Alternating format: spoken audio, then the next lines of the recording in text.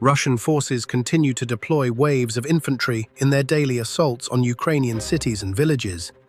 These soldiers are outfitted with the cheapest possible gear, a deliberate choice by a command structure that feels no remorse over losing equipment. It makes you wonder about the value of a human life in a system that treats people like mere numbers, a feeling anyone who has ever felt undervalued by a massive, uncaring bureaucracy can easily relate to. Along the Lyman front, a large contingent of these troops was sent to lead an assault, advancing by land and water in a desperate bid to reach their designated positions. Yet, every single one of them ends up in the dirt. Ukrainian drone operators are guarding every sector, turning back anything that moves toward their defensive lines. In one piece of footage from inside a fortified shelter, Ukrainian pilots spotted a Russian multiple-launch rocket system parked right next to an ammunition depot. First-person view drones were launched toward the target. Initially, the pilots missed the stacked rockets and went straight for the truck. But on a second pass over the bunker, the drone flew slightly deeper and slammed directly into the ammunition cache. A massive eruption followed the strike, so intense that a nearby reconnaissance drone could only capture a towering pillar of smoke rising into the sky. To verify the destruction, another drone was sent in minutes later, revealing nothing but scattered fragments of the truck. Further south along the Donetsk front, another enemy ammunition depot was detected. After a precise strike, the entire shelter was burned completely to the ground. Russian artillery remains a highly dangerous threat, not because of its precision, but simply due to its overwhelming volume. They maintain massive stockpiles of shells and unleash them on Ukrainian positions every single day. The fire is often inaccurate, but that hardly matters when the sky is raining metal. That is exactly why Ukrainian pilots prioritize artillery positions. Another depot near Pokrovsk was wiped out, a crucial victory for the Ukrainian military. When darkness falls, Russian infantry continues trying to creep toward key positions, hoping the cover of night will hide them. But modern warfare has completely changed the rules. Drones equipped with thermal imaging cameras catch these nighttime movements even more effectively than they would in broad daylight. The same applies to enemy vehicles. Any attempt to hide or transport them ends the exact same way. When moving on foot fails, they rely on speed, using motorcycles and light transport. Small groups of soldiers, usually between 1 and 3 men, cram into a single vehicle and try to speed past the lines unnoticed. But just like before, reconnaissance drones spot them long before they get close. A motorcycle might be fast, but it cannot outrun the Ukrainian target destruction system. Reconnaissance units relay coordinates in real time, and strike drones are already waiting on the launch pad. Sometimes, to save time, the strike drones do their own scouting. In those cases, the enemy has absolutely zero time to escape. The Russian logistics routes heading toward the temporarily occupied Crimean Peninsula are under constant surveillance. Ukrainian attack drones, some manually guided and others using artificial intelligence for navigation, patrol these roads to choke off military supplies. The goal is simple: completely cut off the Russian army in Crimea from its supply lines. If the soldiers stationed there run out of supplies, they will have no choice but to abandon the peninsula. In one clip, a Russian truck traveling with a mobile fire support unit meets a drone.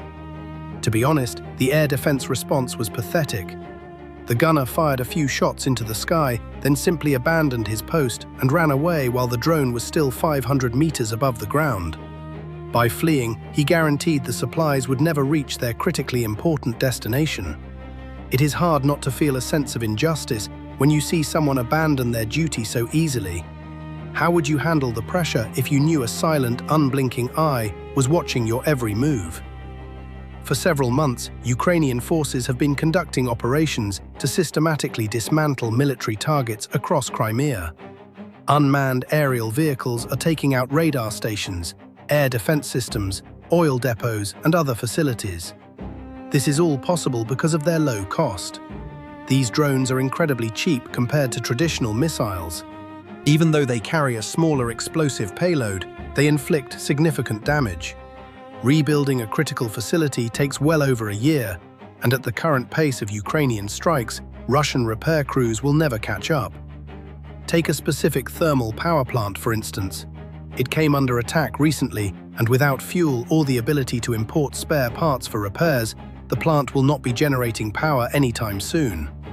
Every one of these strikes is meticulously calculated and planned, aimed at entirely isolating enemy troops and military infrastructure on the peninsula to eventually use that isolation to Ukraine's advantage. Naturally, this takes a toll on civilian life in the territory. However, a large portion of the peninsula's current residents are Russians who relocated there and fully support Russia's aggression against Ukraine. Because of that, many argue this disruption is entirely justified. A power substation in the peninsula's largest city was targeted. This is a major port city through which the Russians have routed a significant portion of their sea logistics for years, moving equipment, supplies, fuel, and other resources for their military. While these routes are not as active as they once were, they remain vital to the enemy. Destroying the substation creates massive problems for logistics, port infrastructure, and the facilities sustaining the Russian presence. The following night, another substation supporting enemy infrastructure was struck. Each attack amplifies the overall effect, gradually crippling the power grid for Russian facilities in Crimea. Soon after, one of the largest Russian oil depots on the peninsula was struck, cutting off the fuel supply to a vast portion of the region. In another piece of footage from Crimea, an enemy anti-aircraft gun was detected and destroyed. It was positioned in a settlement that serves as the first line of defense against incoming drones. Wiping out these initial air defense systems opens the door for even more successful strikes deeper behind enemy lines. Back on the front lines, a reconnaissance drone pilot spotted a Russian infantryman creeping toward Ukrainian positions. The soldier clearly heard the buzzing of an incoming drone and dropped flat into some bushes, playing dead. It is a relatable instinct, the sheer panic of being hunted from above, hoping that if you just stay still, the danger will pass. But at the very last second, panic took over. He stood up and actually threw his bulletproof vest at the approaching drone.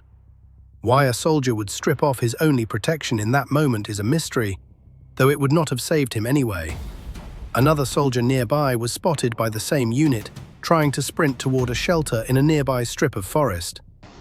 All he had to do was find the dugout and dive inside. But he was spotted at the last possible moment.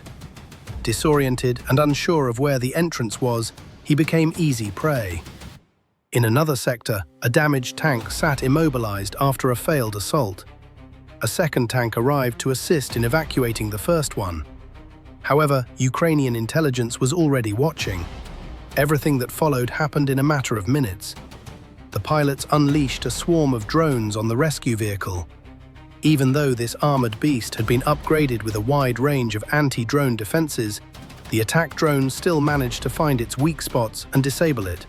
Once the rescue tank was taken care of, the drone operator turned their attention to the first tank, which was already damaged and hidden under branches, hoping it wouldn't be noticed. After several precise strikes, the vehicle caught fire. The Lyman sector remains incredibly tense, where Ukrainian battalions are holding the line.